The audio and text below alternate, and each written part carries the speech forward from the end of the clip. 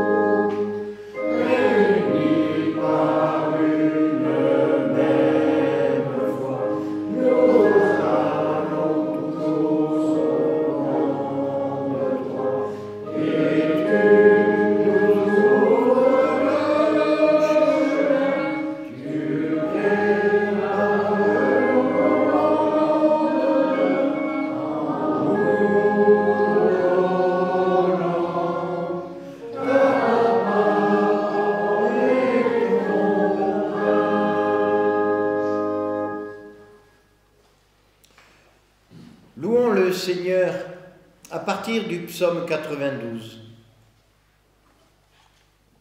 J'aime beaucoup te célébrer, Père, et te chanter mon admiration, toi le merveilleux.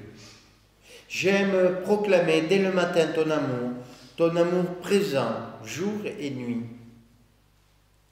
De mon chant, je voudrais faire une symphonie, car ton action me réjouit, Père.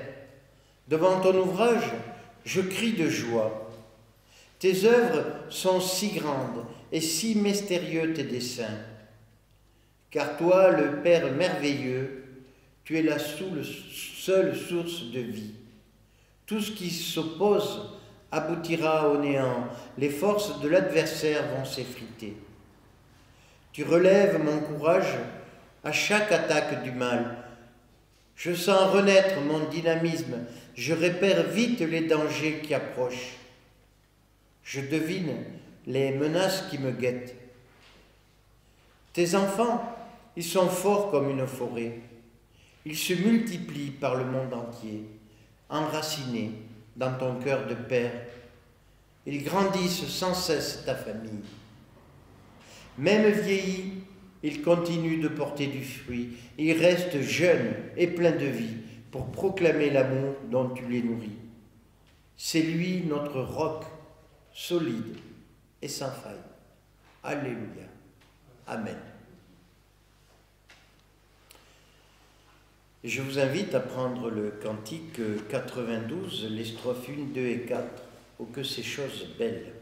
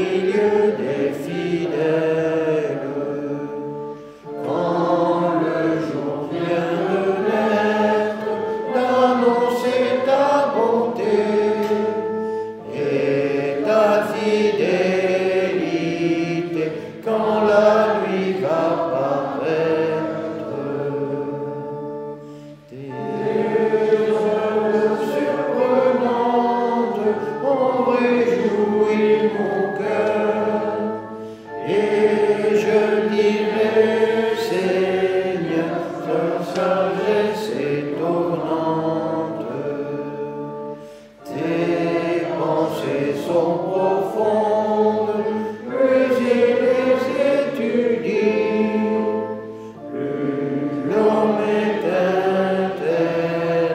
Ta main garde le monde.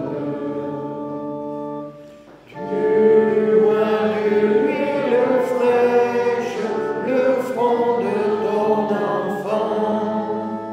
On le voit rayonnant, vigoureux comme un cèdre. Sa gloire et sa richesse sont ornées ta maison.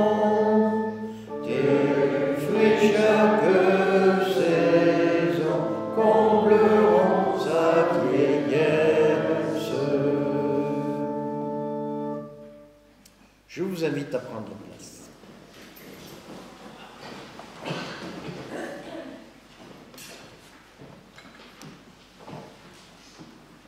Seigneur, notre Dieu et notre Père, nous voici devant toi tels que nous sommes, avec nos pensées confuses, nos jugements hâtifs, nos paroles parfois dures et nos cœurs souvent partagés.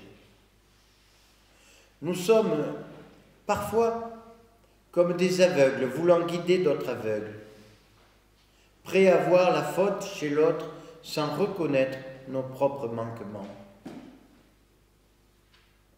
Nous avons pointé du doigt la paille dans l'œil de notre frère, oubliant la poutre qui obscurcit notre propre regard. Trop souvent, nous jugeons sans amour, parlons sans sagesse et agissons sans chercher à comprendre ta volonté. Seigneur, prends pitié de nous. Viens purifier nos cœurs. Fais tomber les écailles de nos yeux afin que nous voyions avec ton regard, avec humilité, avec amour, avec miséricorde. Donne-nous un cœur nouveau, rempli de ton esprit, pour que nous puissions marcher dans la clarté de ta vérité et refléter ta lumière autour de nous.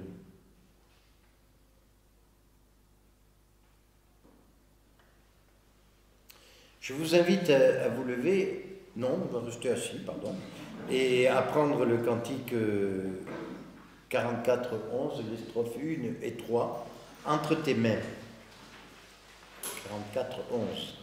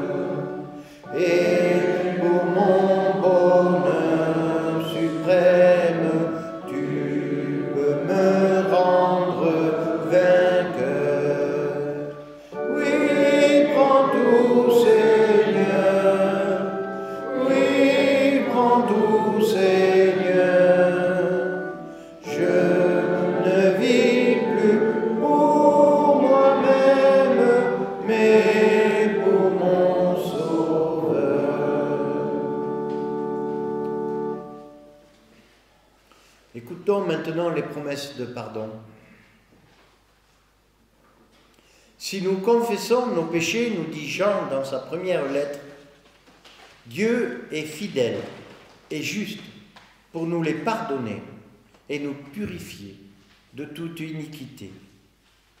Effectivement, la bonté du Seigneur est offerte à tous ceux qui ouvrent leur cœur. Son pardon n'est pas une simple remise de faute, mais une puissance qui renouvelle, qui éclaire notre regard et qui transforme notre être.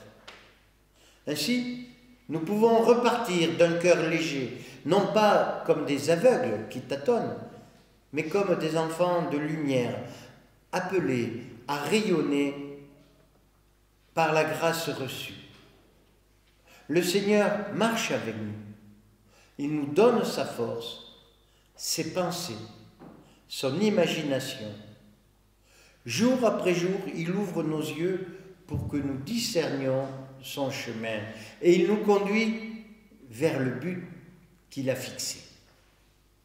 À lui soit la gloire. Amen. Je vous invite à vous lever et nous chantons le cantique 43-14, les strophes 1 et 3. Veux-tu naître de nouveau?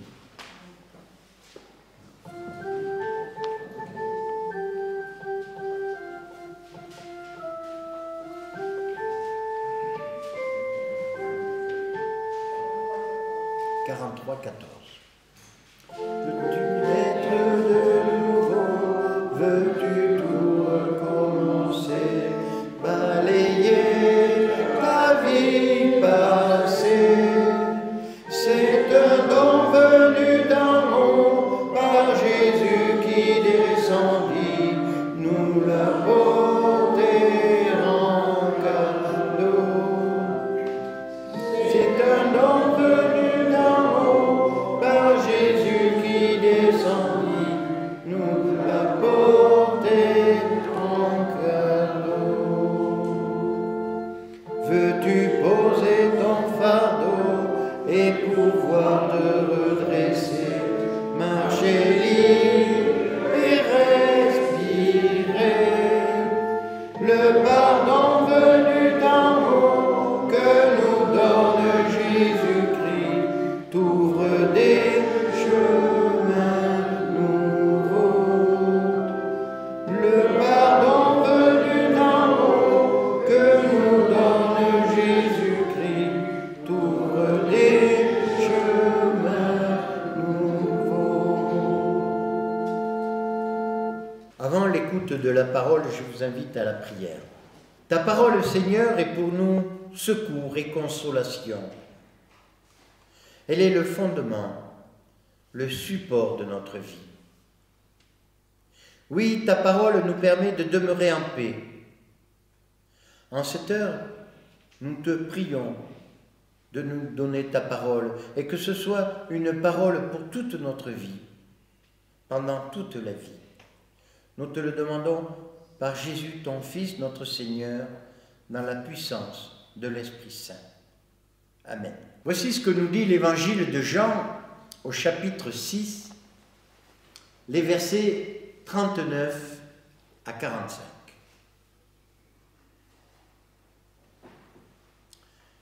Jésus leur dit aussi cette parabole. Un aveugle peut-il conduire un aveugle? Ne tomberont-ils pas tous deux dans une fosse? Le disciple n'est pas plus que le maître, mais tout disciple accompli sera comme son maître. Pourquoi vois-tu la paille qui est dans l'œil de ton frère et n'aperçois-tu pas la poutre qui est dans ton œil? Ou comment peux-tu dire à ton frère, « Frère, laisse-moi ôter la paille qui est dans ton œil, toi qui ne vois pas la poutre qui est dans le tien. » Hypocrite, ôte premièrement la poutre de ton œil, et alors tu verras comment ôter la paille qui est dans l'œil de ton frère. Ce n'est pas un bon arbre qui porte du mauvais fruit, mais un mauvais arbre qui porte du bon fruit. Car chaque arbre se reconnaît à son fruit.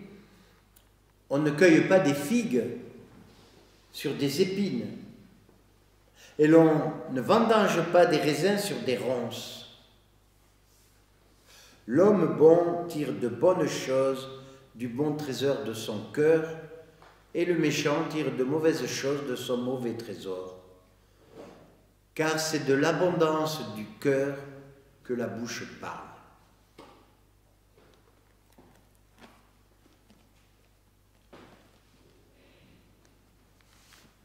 Chers frères et sœurs en Christ, dans notre évangile, Jésus, là, ne parle pas aux foules. Il parle directement à ceux qui le suivent. Jésus parle donc à quiconque, aujourd'hui, veut être son disciple. Autrement dit, Jésus parle à des personnes à qui il veut transmettre, à des personnes qu'il veut former. Et pour cela, il n'y va vraiment pas de même ordre. Il y a dans l'Évangile de ces affirmations qui nous frappent de plein fouet et s'enfoncent si profondément en nous que nous en sommes secoués. Et c'est le cas des petites paraboles que nous venons d'entendre. Petites paraboles enchaînées les unes aux autres qui, mine de rien, proclament une vérité d'une justesse désarmante. Jésus traite ses disciples, c'est-à-dire qu'il traite chacun de nous d'aveugles qui avons la prétention de conduire les autres alors que nous-mêmes tombons et faisons tomber ceux qui nous suivent dans un trou, dans une fosse. Jésus va même plus loin puisqu'il nous compare à des hypocrites qui prétendent enlever la paille de l'œil d'un frère ou d'une sœur sans voir la poutre qui est dans le nôtre. En quelques paroles, parce qu'il veut avant toute chose nous faire comprendre, parce qu'il veut nous bien former, Jésus nous montre comment n'arrêtons pas de déformer son message. Et comprenons bien ce que Jésus veut nous dire. Notre foi chrétienne n'est pas l'assentiment à des faits concernant Dieu. Notre foi chrétienne, c'est d'abord et avant tout l'amitié avec Dieu. Voilà pourquoi Jésus, qui s'adresse directement à nous aujourd'hui, nous offre plus que des paroles sur Dieu. Il nous offre plus qu'une quelconque perspicacité spirituelle. En sa personne, qui s'adresse à nous et qui n'hésite pas à nous bousculer. Jésus est, par sa personne même, l'amitié de Dieu pour nous.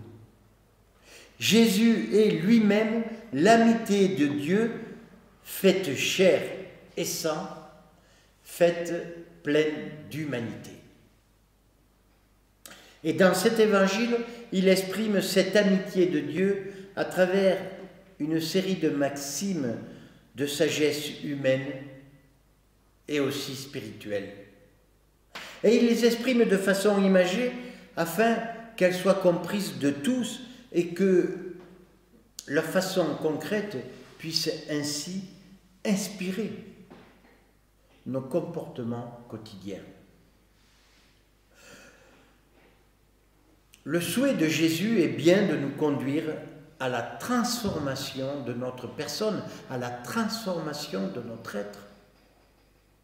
Son intention n'a jamais été de nous proposer un système particulier de croyance.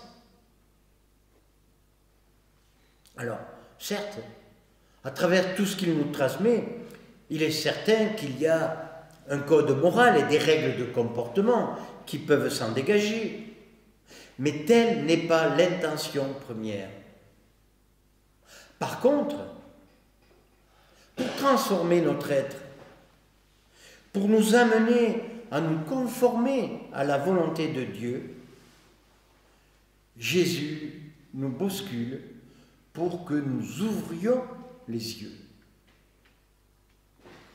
Jésus se fait éveilleur, il se fait guide, maître de sagesse qui nous enseigne et nous montre un chemin à parcourir.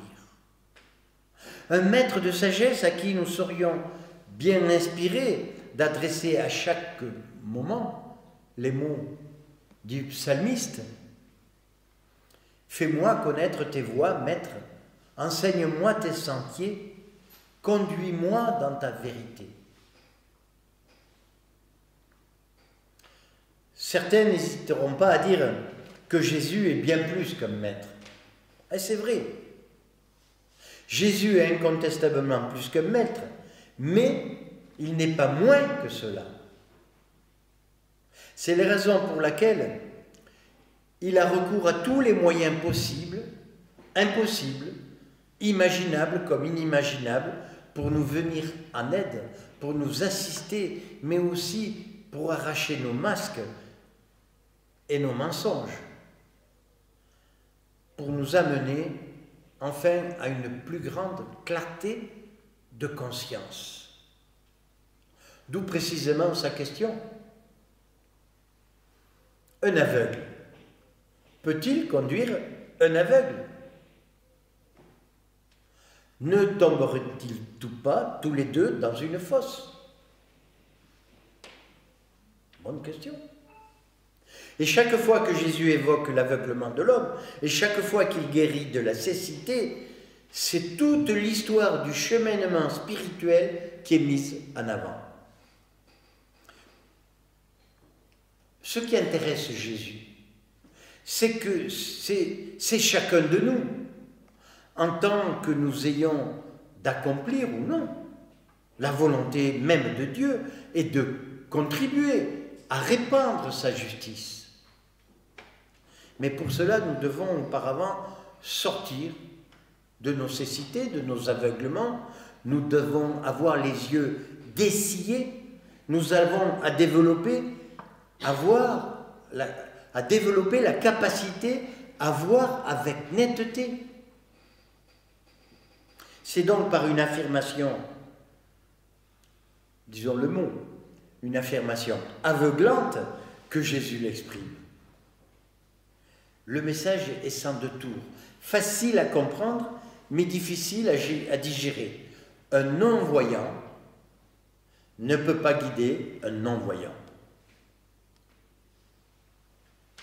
Ce message de gros bon sens, ce message tellement évident, s'adresse à nous, à chacun de nous.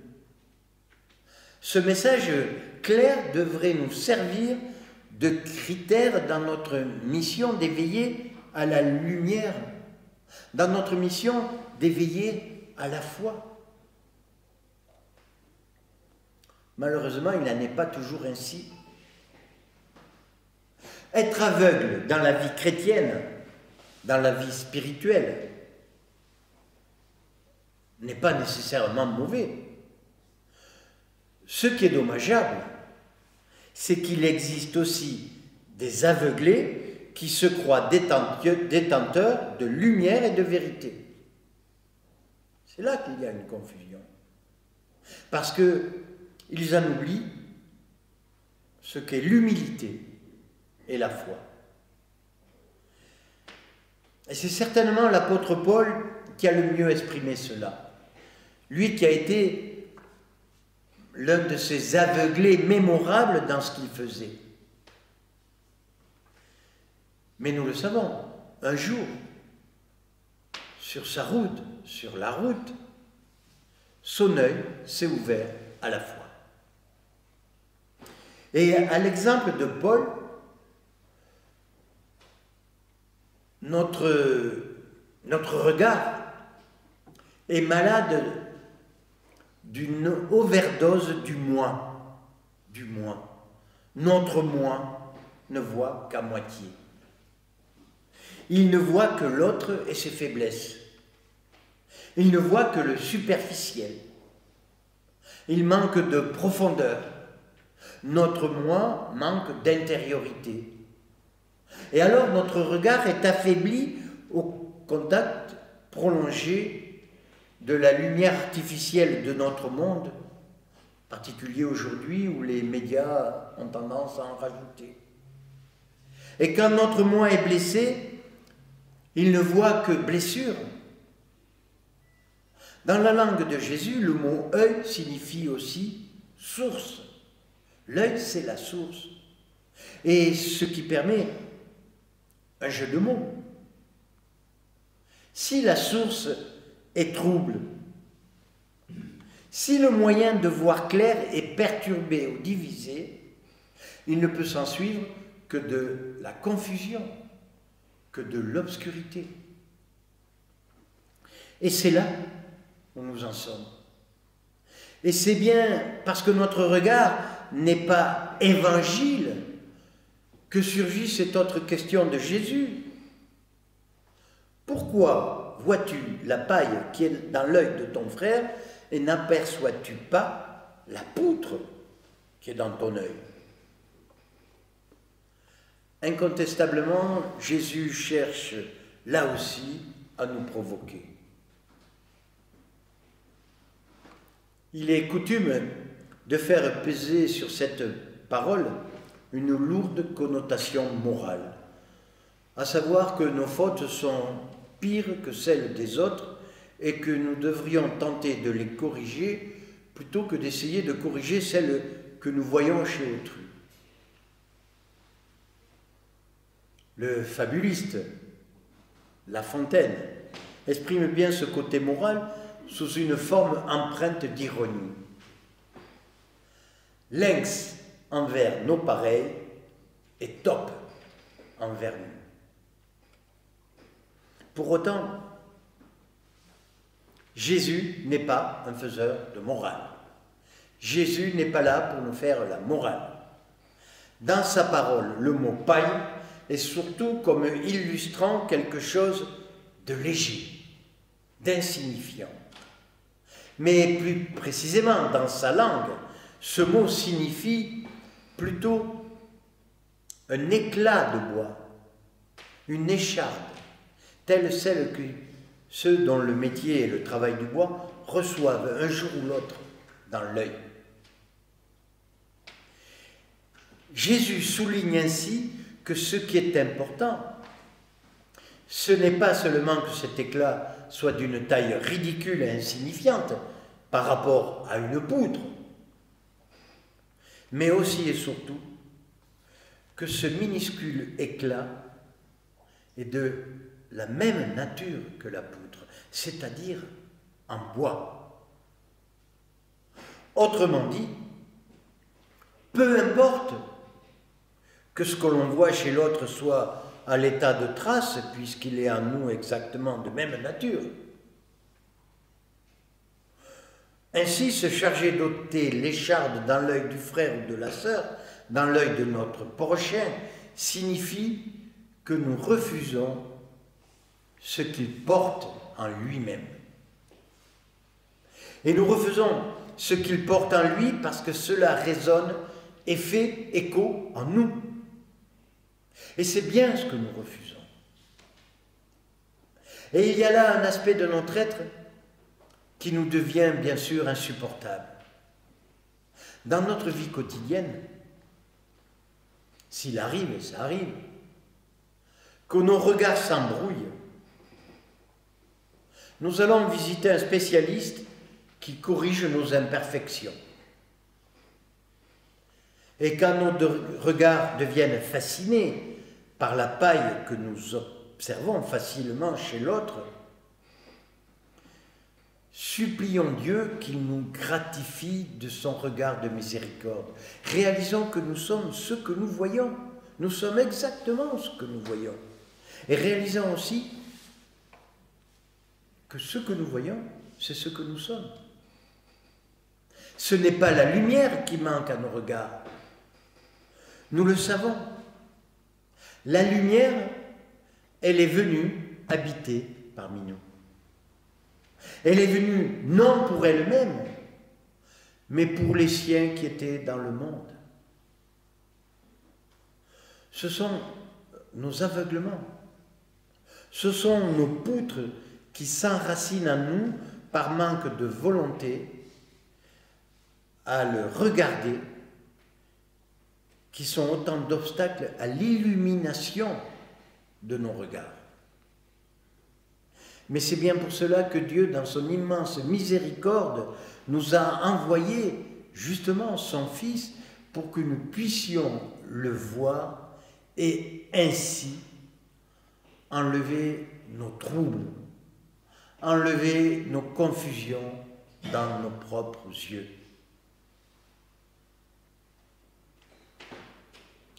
Dieu nous a envoyé son Fils pour que nous puissions entrer en nous-mêmes pour réaliser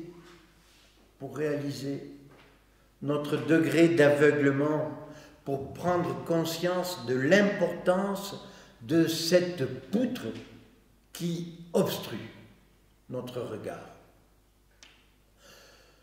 Dieu nous a envoyé son Fils pour que nous puissions, en toute et simple humanité, purifier notre regard, c'est-à-dire apprendre à dépasser les apparences pour atteindre le cachet, pour atteindre le mystère, à savoir le divin qui se trouve en chacun de nous.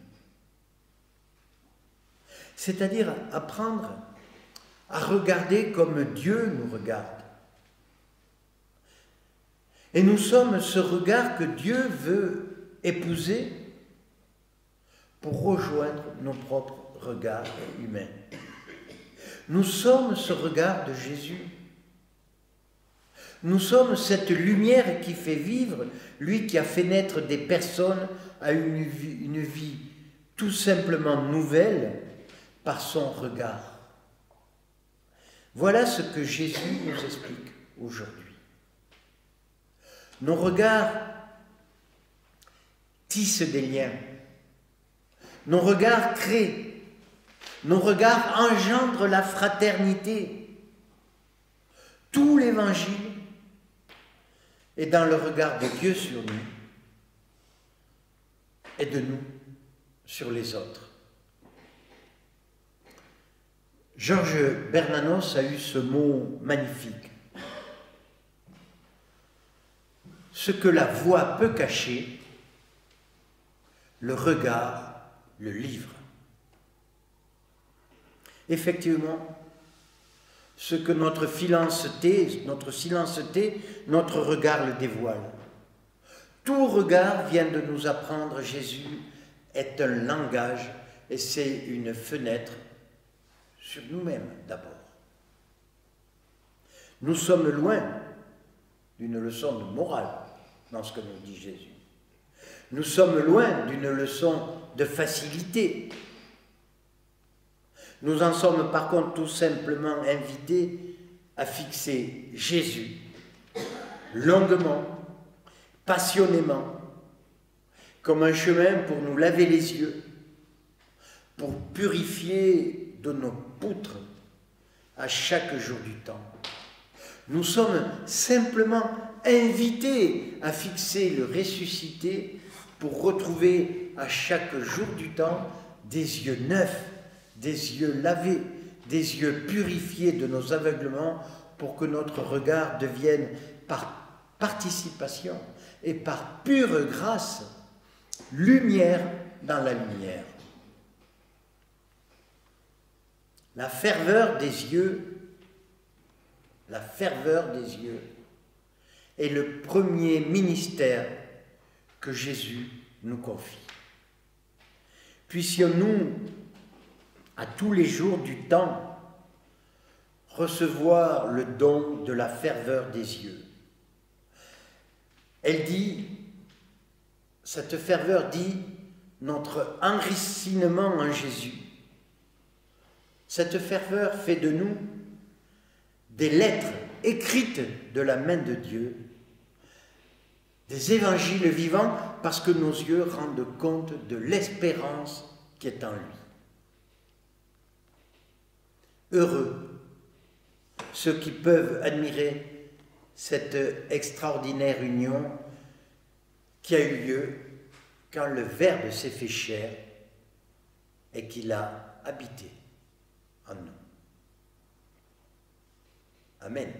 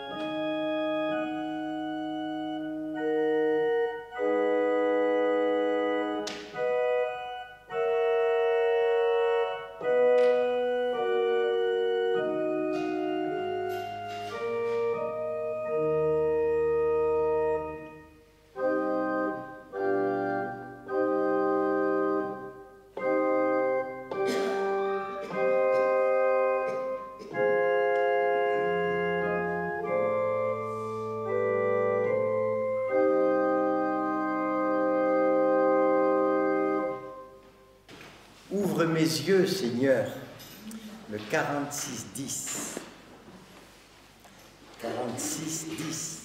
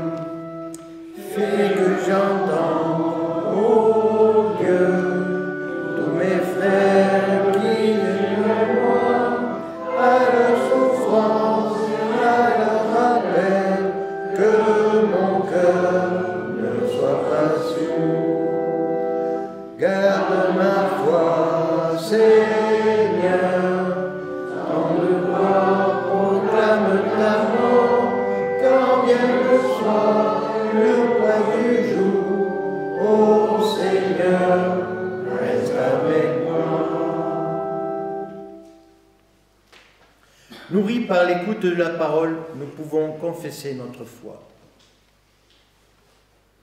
Je crois en un Dieu Père dont la parole soutient la vie des hommes et oriente leur histoire. Il est leur vie.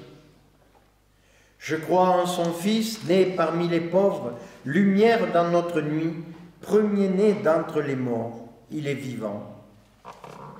Je crois en l'Esprit Saint qui nous fait naître à la vie de Dieu, qui anime le combat pour la justice, qui nous conduit dans l'espérance. Il est la force qui fait vivre. Je crois à la Sainte Église universelle, messagère de la bonne nouvelle qui rend libre. Elle nous enfante à la vraie vie. Je crois à la résurrection dans l'imminence d'un monde nouveau où Jésus-Christ, notre Seigneur, sera tout en tous. Amen.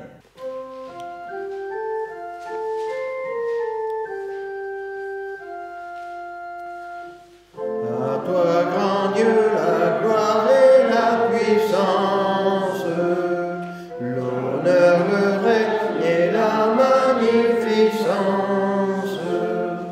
À Jésus-Christ, notre libérateur, à l'Esprit Saint, notre consolateur. Ce que nous donnons lors de l'offrande est relativement peu de choses. Mais cela ne devrait pas signifier que nous n'avons que peu de foi. En acceptant de donner, nous montrons que nous acceptons de courir des risques avec Dieu parce que nous avons confiance en lui. Amen.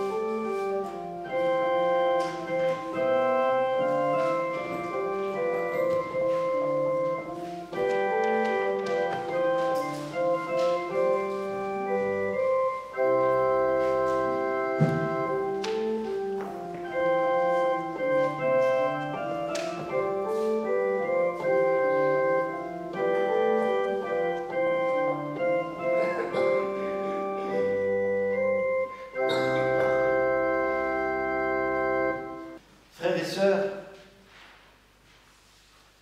au moment de cette sainte scène que nous allons vivre, prenez le temps de réfléchir à ce que signifie l'acte dans lequel notre Seigneur se donne en forme de banquet. Ceci est mon corps incorporé dans la communauté, ceci est mon corps qui va vous rassembler dans une fraternité d'amour universel. Ceci est ma présence que vous ne pourrez jamais atteindre si votre cœur ne se délivre pas de ses limites. Il ne s'agit donc pas de venir à cette table comme dans un moment magique où l'on tiendrait Dieu à sa merci. Nous sommes invités à venir à cette table dans une exigence formidable de dépouillement, d'universalité et d'amour. Ce n'est pas un hasard si la mission apostolique confiée par Jésus à ses apôtres la veille de sa passion a eu comme prélude le lavement des pieds. C'est pour signifier que les disciples sont envoyés dans le monde, non pas pour imposer un système, mais pour apporter au monde tout simplement le service d'un dévouement consacré à tous et où chacun aurait la révélation de la tendresse divine. Et cette mission, celle de l'Église, et aussi bien la nôtre, celle de chacun de nous. Nous avons à devenir un espace. Si Dieu est venu parmi nous, si Dieu est au-dedans de nous, s'il est l'hôte bien-aimé de notre âme, si le Christ est toujours vivant, il est clair que ce n'est pas pour diminuer la vie et la rabougrir, mais pour lui donner toutes ses dimensions, afin qu'elle soit toujours plus grande et toujours plus belle. Amen. Je vous invite à vous lever et nous chantons « Le Seigneur nous a aimés », cantique 24, 14, les strophes 1 et 6.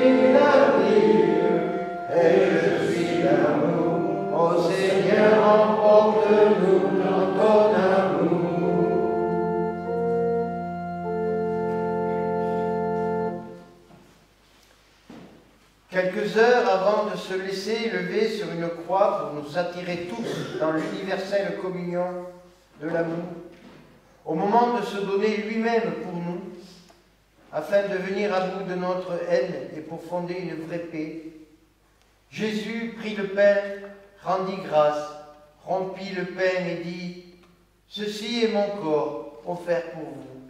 Faites ceci en mémoire de moi. » Le repas terminé, il fit de même avec la coupe, disant « Cette coupe est la nouvelle alliance en mon sang. Toutes les fois que vous en boirez, faites ceci en mémoire de moi. Car toutes les fois que vous mangez ce pain et que vous buvez cette coupe, vous annoncez la mort du Seigneur jusqu'à ce qu'il vienne. »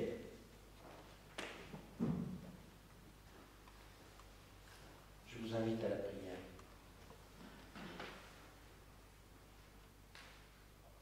Seigneur, sors-nous de nos aveuglements.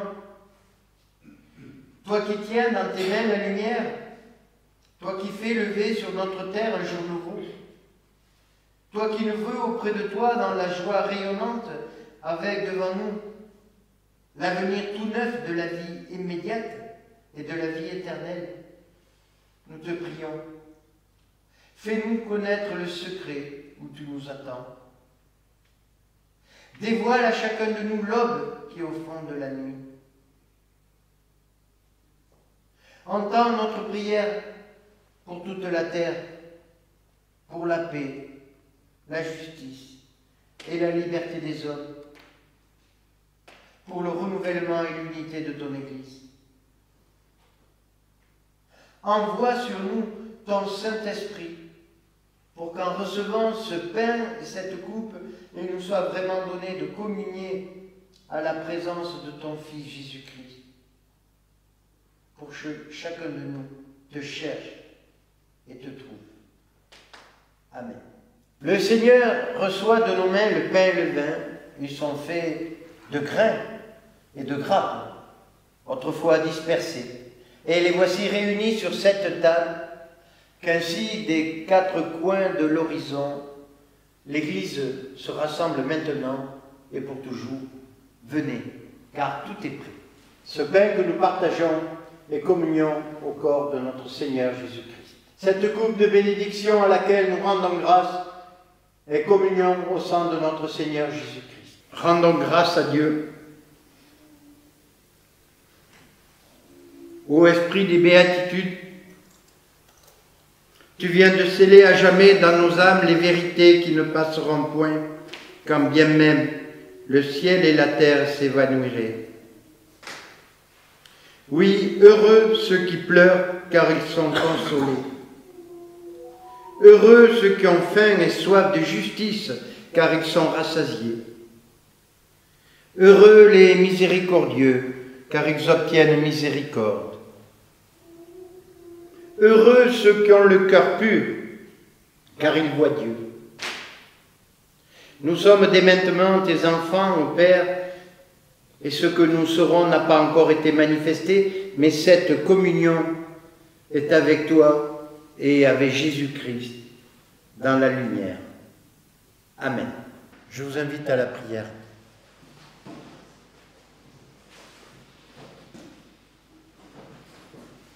Père de toute bonté, Dieu de miséricorde, nous te bénissons pour ce temps de culte où tu nous as nourris par ta parole et remplis de ta présence. Merci pour la lumière que tu as apportée à nos cœurs et pour l'enseignement de Jésus qui nous éclaire et nous transforme. Nous intercédons pour ton Église afin qu'elle soit une lumière dans ce monde. Délivre-nous de tous nos aveuglements spirituels, que nous ne soyons pas des guides égarés, mais des témoins fidèles de ton amour et de ta vérité. Garde-nous dans l'humilité, afin que nous sachions nous examiner nous-mêmes avant de juger les autres. Nous te prions pour tous ceux qui ont entendu ta parole aujourd'hui, que cette semence tombe dans de bonnes terres et porte du fruit dans nos vies. Père de toute bonté, Dieu de miséricorde, nous te prions aussi pour notre monde en détresse. Regarde tous ceux qui souffrent, ceux qui sont dans la solitude, dans la maladie, dans la pauvreté, dans tous ces conflits qui semblent inextricables. Étends ta main puissante pour les secourir et que ton Église soit un instrument de ton amour et de ta justice. Nous te remettons tout entre tes mains, dans le précieux nom de Jésus-Christ, notre Seigneur et Sauveur, en te disant maintenant tous ensemble la prière qu'il nous a confiée. Notre Père qui es aux cieux, que ton nom soit sanctifié, que ton règne vienne, que ta volonté soit faite sur la terre comme au ciel. Donne-nous aujourd'hui notre pain de ce jour. Pardonne-nous nos offenses, comme nous pardonnons aussi à ceux qui nous ont offensés. Ne nous soumets pas à la tentation, mais délivre-nous du mal, car c'est à toi qu'appartiennent le règne, la puissance et la gloire, au siècle des siècles. Amen.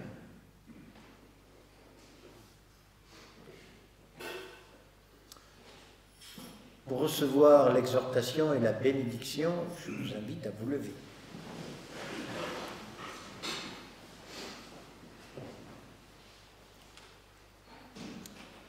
Allons maintenant, les yeux grands ouverts, montrer ce que nous sommes. Le Seigneur est avec nous. L'Esprit de Dieu nous a rendus conscients de nos capacités.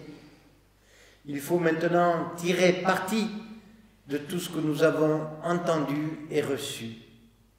Allons donc faire fructifier nos talents. Ainsi, nous n'aurons pas à rougir lorsque notre Maître reviendra. Que le Seigneur vous bénisse et vous protège. Que le Seigneur vous regarde avec bonté et vous accueille favorablement. Que le Seigneur vous manifeste sa bienveillance et vous accorde la paix. Amen. Nous prenons le cantique 36, 28. nous sommes un.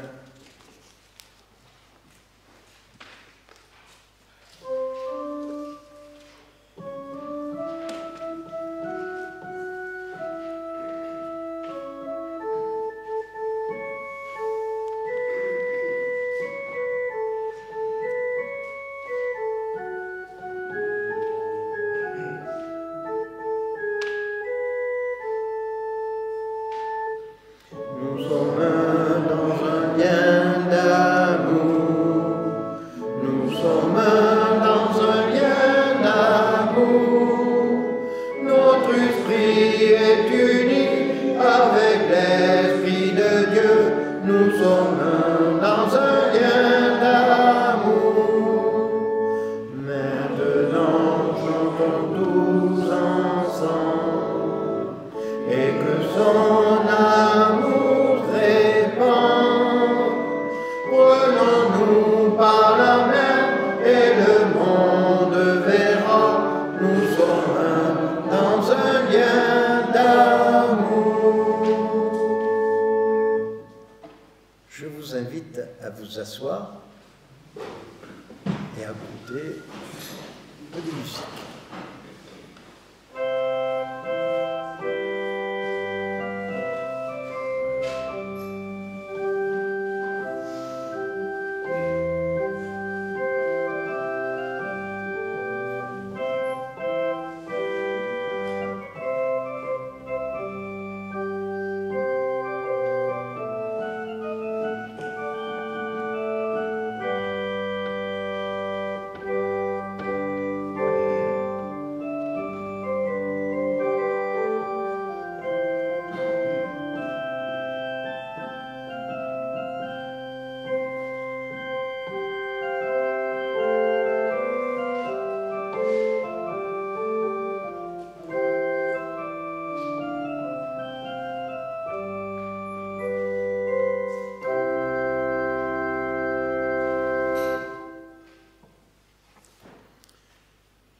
Je vous remercie pour ce moment. Je vous souhaite à tous un bon dimanche et une bonne semaine à venir.